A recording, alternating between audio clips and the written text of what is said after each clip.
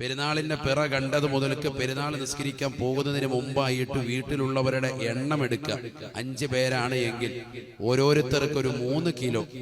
എന്തിനാ അങ്ങനെ പറയുന്നത്? സൂക്ഷ്മത വെച്ചിട്ട് പറയാണ്. കാരണം തൂക്കം ഇപ്പൊ അരികൾ പലവിധ അരികൾ, പണ്ട് കാലം പോലെയല്ല, പലവിധ അരികളാണ്. തൂക്കുമ്പോൾ പലതും പല തൂക്കങ്ങളാണ്. അതുകൊണ്ട് ആ തൂക്കം വ്യത്യാസം വരാതിരിക്കാൻ ഒരു സൂക്ഷ്മതയ്ക്ക് ഏറ്റവും നല്ലത് അല്പം കയറ്റി വെക്കുന്നതല്ലേ. അതുകൊണ്ട് എന്ത് ചെയ്യുക, ഒരു 3 കിലോ പൂർത്തിയാക്കി തന്നെ കൊടുക്കുക. നല്ല നാട്ടിലുള്ള ഏതാണോ നല്ല അരി അത് തന്നെ കൊടുക്കണം. പൈസ കൊടുത്താൽ പോരാ, അരി തന്നെ കൊടുക്കണം. അപ്പൊ ഗൾഫിലുള്ള ആൾക്ക് ഇവിടെ കൊടുക്കാൻ പറ്റുമോ?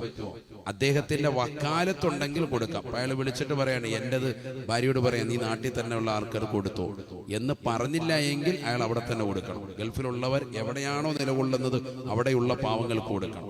അങ്ങനെയാണ് വേണ്ടത്. നമ്മൾ എവിടെയാണോ അവിടെയുള്ള പാവങ്ങൾക്ക് കൊടുക്കേണ്ടത്. മനസ്സിലായ? അപ്പൊ അതുകൊണ്ട് ആ കാര്യം ശ്രദ്ധിക്കണം, പ്രത്യേകം ശ്രദ്ധിക്കണം.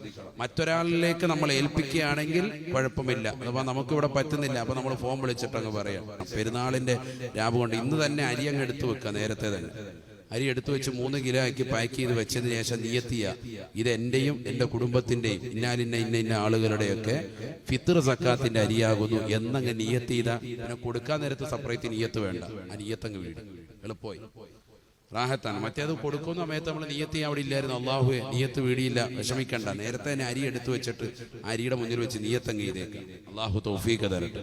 അപ്പൊ അക്കാര്യം ശ്രദ്ധിക്കുക. പെരുന്നാൾ നിസ്കരിക്കാൻ പോകുന്നതിന് മുമ്പ് അത് രാവിലെ സുബഹി കഴിഞ്ഞിട്ടങ്ങ് ചെയ്താലും മതി. മക്കളെ കൊണ്ട് മോനെ അപ്പുറത്ത് കൊടുത്തേക്കെന്ന് പറഞ്ഞ് അങ്ങനെ കൊടുക്കുക. അല്ലെ വൈകിട്ട് തന്നെ പിറ കണ്ടെന്ന് അറിഞ്ഞാൽ അന്ന് തന്നെ എങ്ങനെയാണോ സൗകര്യം ആ രീതിക്ക് അത് ശ്രദ്ധിക്കണം.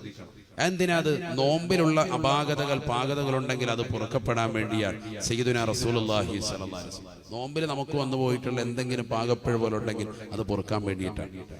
ഇത് ഇത്രയും ശ്രദ്ധിക്കുക. ഇത് ഇത്രയും നമ്മൾ നിർബന്ധമായി ശ്രദ്ധിക്കേണ്ട കാര്യമാണ്. അള്ളാഹു തൗഫീഖ് നൽകട്ടെ.